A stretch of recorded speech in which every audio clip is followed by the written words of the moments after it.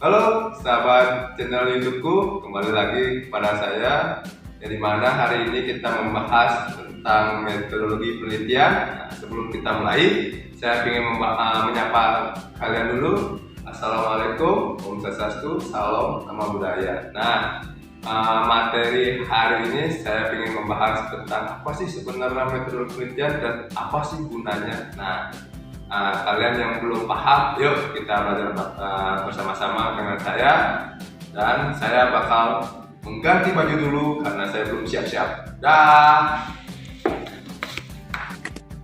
Hai, kembali lagi sahabat channel YouTubeku, di mana kita membahas materi metodologi penelitian yang dimana sebenarnya materi ini sangat penting di dalam membuat yang kalian masih kuliah atau membuat tugas akhir untuk mencari suatu gelar. Nah, di sini kita belajar bareng-bareng dengan saya, Ida Bagus Halid. Nah, dengan itu kita lanjut ke sesi materi utama.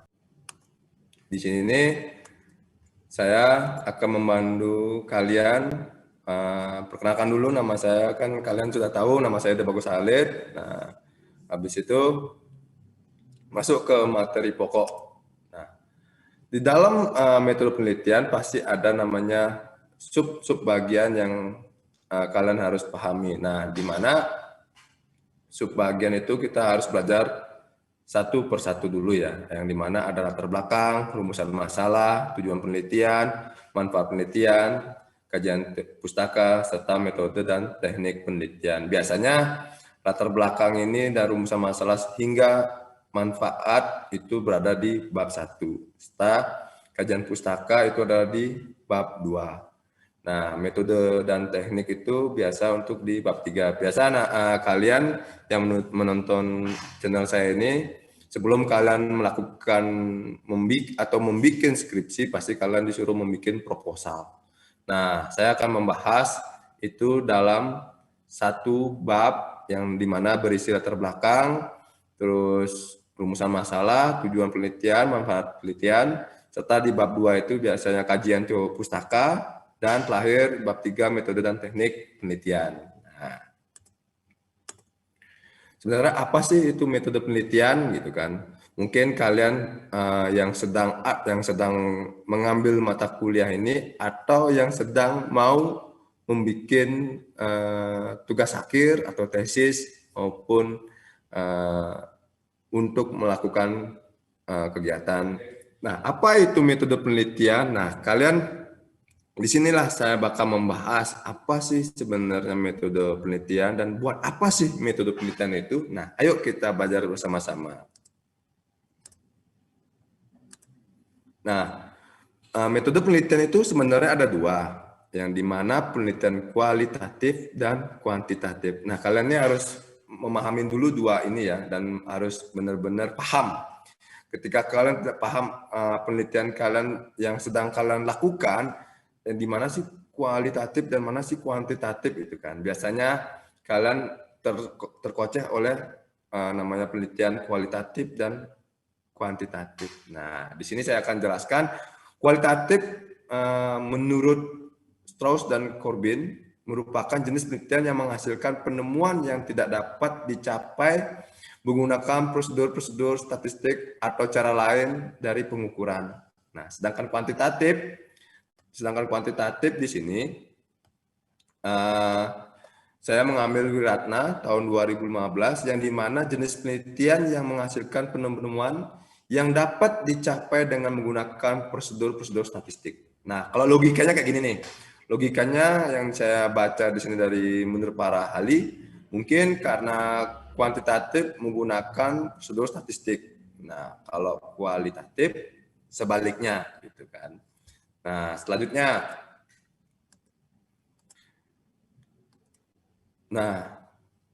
biasanya mahasiswa saya bertanya, Pak, gimana sih sebenarnya bikin skripsi? Nah, membuat skripsi berawal dari proposal, yang dimana proposal itu ada 3 bab. Ada bab 1, bab 2, dan bab 3. Nah, sebelum kalian ujian proposal dinyatakan lulus oleh pembimbing kalian dan penguji kalian, baru melanjutkan ke bab selanjutnya yang dinamakan skripsi. Nah, di dalam membuat metode penelitian atau proposal yang kalian lakukan di semester akhir nih, siapa sih yang semester akhir sekarang? Nah, di sini nih sangat menguntungkan untuk belajar metodologi penelitian. Nah, di sini nih kita bahas latar belakang. Saya membuat segitiga terbalik yang di mana yang paling atas yaitu gambaran umum, yang tengah-tengah yaitu profil perusahaan atau kantor, nah yang paling bawah itu benang merah. Nah, di sini yang mengambil jurusan administrasi bisnis gitu kan, pasti bakal menemukan yang namanya profil perusahaan atau kantor yang di bagian tengah. Nah, di sini saya menjelaskan rinci lagi. Gambaran umum apa sih Pak sebenarnya gambaran umum? Gambaran umum itu contoh kalian yang mengambil jurusan administrasi bisnis, kalian menggambar semuanya dulu nih secara umum. Contoh apa pengertian ekonomi bla bla bla bla atau era globalisasi bla bla bla bla bla gitu kan. Panjang itu cerita dan mencantumkan isi teori menurut teori si A bahwa manajemen artinya adalah bla bla bla gitu kan. Dalam artian gambaran umum itu luas, tergantung kalian mengambil konsentrasi seperti contoh saya mengambil konsentrasi administrasi bisnis, ya kalian bercentum di dalam gambaran umum bisnis, administrasi bisnis. Nah, di sini di bagian 3 yaitu profil perusahaan atau kantor. Nah, di sini nih kalian harus mencari penelitian di suatu perusahaan. Contoh saya mengambil perusahaan X dengan mencari data bahwa ketemukan bahwa itu terjadi kelemahan di kinerja perusahaan. Nah, contoh saya mengambil contoh yang mengambil administrasi bisnis bisa diperhatikan yang dimana kinerja perusahaan turun di tahun 2021 atau 2022. Nah, itu kan. Tapi mencari perbandingan itu biar relevan. Kenapa? Di saat perbandingannya 2019 dan 2020 itu grafik pencapaian kinerja perusahaan itu tinggi. Biasanya ada yang bertanya, Pak, kalau kinerja perusahaan apa aja sih Pak yang indikatornya? Biasanya indikator kinerja perusahaan di setiap perusahaan biasanya ada kinerja SDM, kinerja keuangan, kinerja pemasaran, dan operasional. Dan digabung namanya kinerja perusahaan. Nah, benar banget. Setelah kinerja perusahaan itu dinyatakan rendah di tahun 2021 gitu kan kalian mengambil perbandingan 2019 dan 2020 serta 2021. Nah, apa sih penyebabnya? SDM-nya merendah. Nah, mungkin kinerja karyawannya itu diakibatkan terjadinya penurunan di tahun 2020. Nah, inilah yang dinamakan data. Nah, kita bisa mengambil data kinerja karyawan. Nah, kalian harus berpikir dulu, Pak, di dalam penelitian kita mencari data apa sih dulu? Nah, kalau kalian mau mengambil kinerja karyawan, berarti kalian harus mengambil kinerja perusahaan dulu, secara luas dulu, data luas dulu, baru mengambil yang paling rincinya. Berarti kalian karyawan nih, administrasi bisnis. Contoh, diambil dari kinerja karyawan. Nah, apa sih penyebab kinerja karyawan ini merendah gitu kan? Contoh saya mengambil motivasi dan kepuasan. Nah, data ini bisa diambil baik itu secara data dokumen, wawancara maupun kuesioner. Nah, dari data lapangan terdapat motivasi rendah karena tanggung jawab mungkin gitu kan mungkin terjadi di perusahaan X dari indikator dimensi. Ntar kita bahas dimensi dari suatu teori yang kita gunakan. Nah, habis itu mendapat kepuasannya merendah. Nah, kalian di sanalah menarik permasalahan yang dinamakan benang merah. Dari benang merah itu apa sih penyebabnya? Dari kinerja, saya ulang lagi, dari kinerja perusahaan merendah.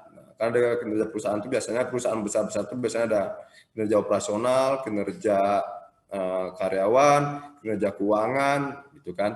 Kita karena karyawan kita teliti, ya itu kita teliti. Nah, karyawannya merendah diakibatkan apa? Mungkin karena motivasinya rendah, terus kepuasannya rendah. Nah, itu yang dinamakan permasalahan. Nah, dari situ bisa ditarik judul penelitian kalian yang berjudul pengaruh, motivasi, dan kepuasan kerja terhadap kinerja di perusahaan X, gitu kan, atau bla bla bla. Nah, gitu kan. Nah, dari latar belakang kita menemukan selanjutnya yaitu rumusan masalah. Nah, di sini selanjutnya kita melanjutkan ke rumusan masalah mengikuti judul penelitian kalian. Nah, kalian harus hati-hati. Kalau kalian mengambil penelitian kuantitatif menggunakan regresi berganda atau analisis jalur, nah kalian harus berhati-hati di rumusan masalah karena kalau kalian mengambil analisis jalur, berarti hubungan X1, X1 itu kita beranggapan yaitu adalah motivasi. Nah, X2 kita mengambil kepuasan. Nah, Y-nya itu yaitu kinerja, ya benar, kinerja karyawan. Nah, habis itu, kalau analisis jalur, berarti mereka saling berhubungan. Nah, gitu aja kalian berpikir. Kalau menggunakan regresi berganda, berarti antara X1 ke Y aja. Cuma satu aja. Dan X2 ke Y satu aja. Tapi kalau saling jalur, biasanya X1 ke X2 atau X1 dan X2 ke Y. Ntar saya bahas. Mungkin yang lagi nonton ini mungkin lagi bingung nih kan. Nah, saya pelan-pelan membahasnya. Nah, selanjutnya fungsi dari rumusan masalah apa sih Pak? Nah, fungsinya ialah untuk menjawab hipotesis penelitian kalian atau menjawab hipotesis sementara yang kalian bikin.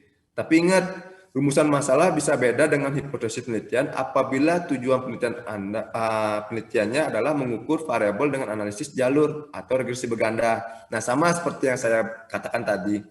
Ketika kalian menggunakan analisis jalur, berarti karena 3 variabel ya analisis jalur bisa 4 rumusan masalah, berarti mengikuti 4 rumusan masalah, 4 tujuan penelitian yang ada. Nah, benar.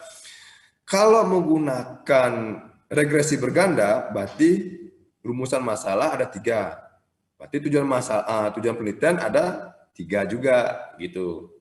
Jadi dari mencari judul biasanya, saya ulang lagi ya, biasanya di dalam membuat proposal penelitian awal, biasanya anak-anak berpikir, apa sih judulnya? Sebenarnya itu salah.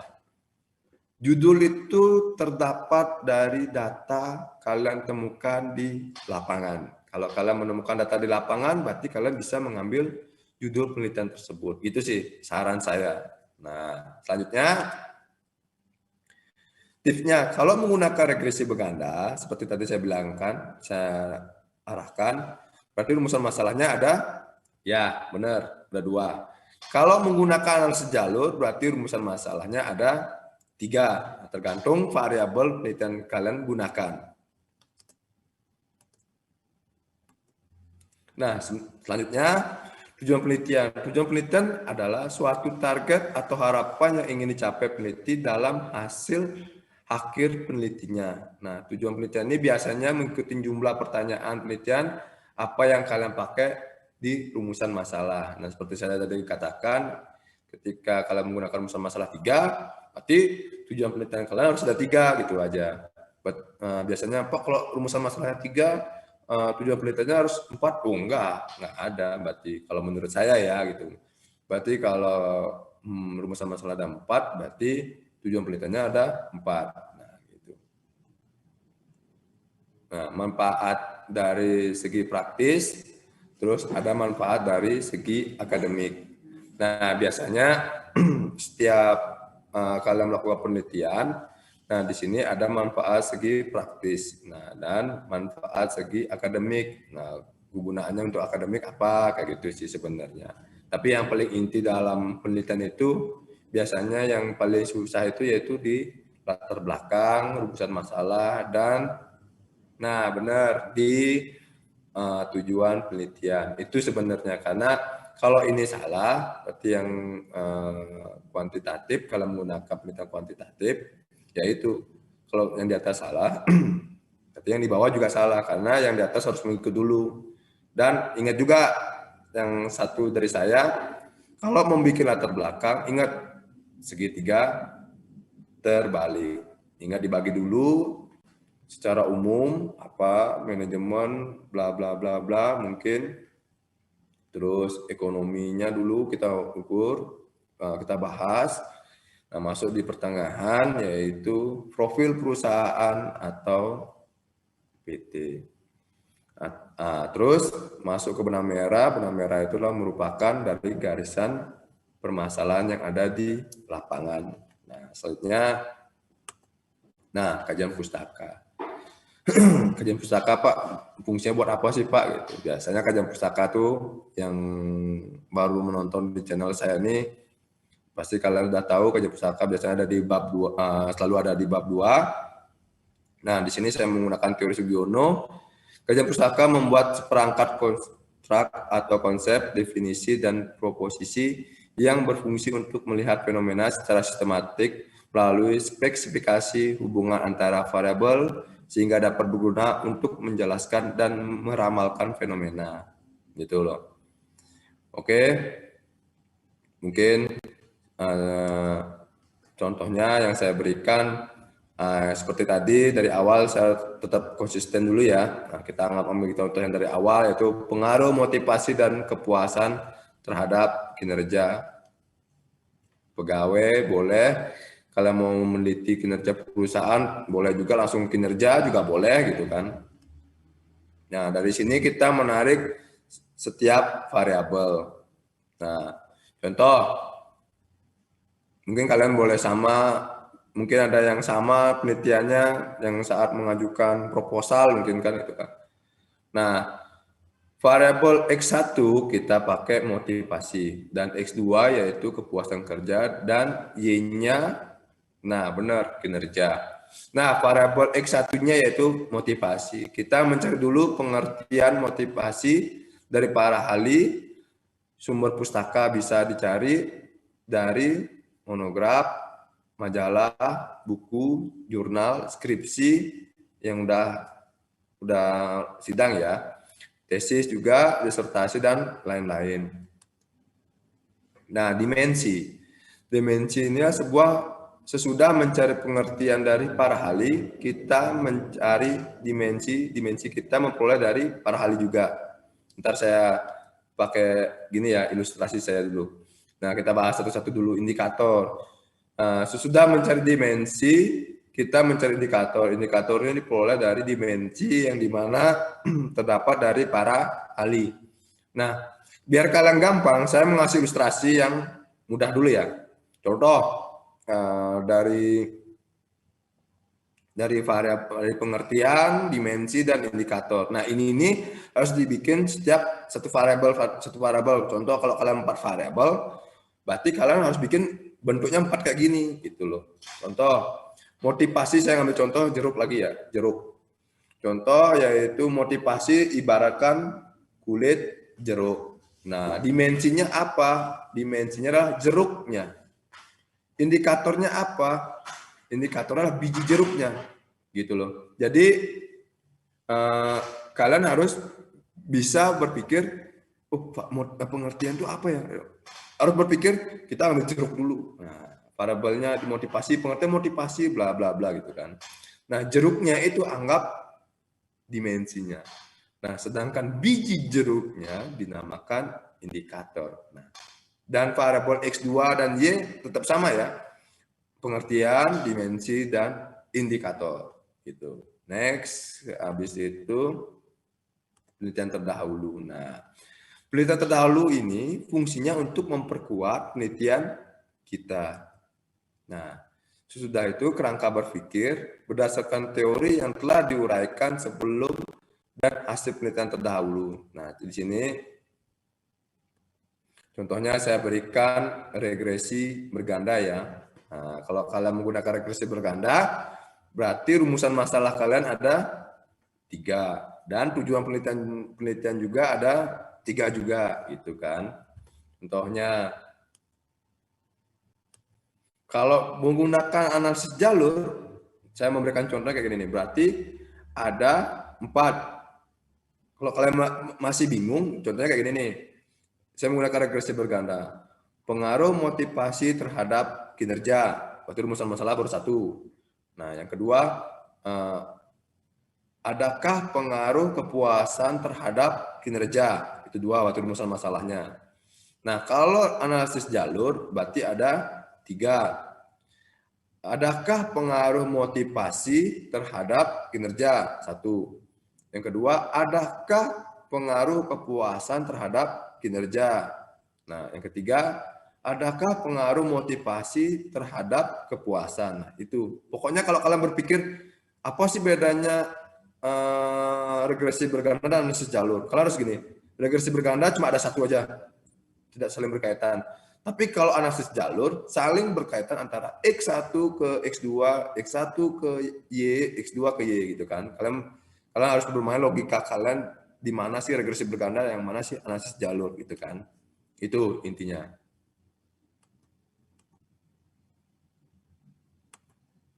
Nah, di sini habis itu kita melanjut ke hipotesis. Nah, hipotesis merupakan jawaban sementara. Terus yang kedua, jumlah hipotesis mengikuti jumlah rumusan masalah. Nah, sama kayak tadi saya bilang. Kalau kalian rumusan masalahnya ada 3, berarti hipotesisnya ada, benar, ada 3 juga. Kalau kalian menggunakan rumusan masalah ada 2, berarti kalian hipotesis jawaban sementaranya, yaitu ada 2 juga jumlah hipotesisnya, gitu loh. Nah, dari presentasi perkuliahan materi hari ini saya share di channel saya. Next kita bakal bahas tentang bab 3 gitu loh, metodenya, alat penelitiannya gitu kan. Nah, saran saya kalian harus kuasain 3 aja untuk membuat proposal, yaitu kuasain data lapangan, kuasain teori yang digunakan, kuasain alat penelitian kalian. Itu aja dari saya. Saksikan video selanjutnya. Dadah.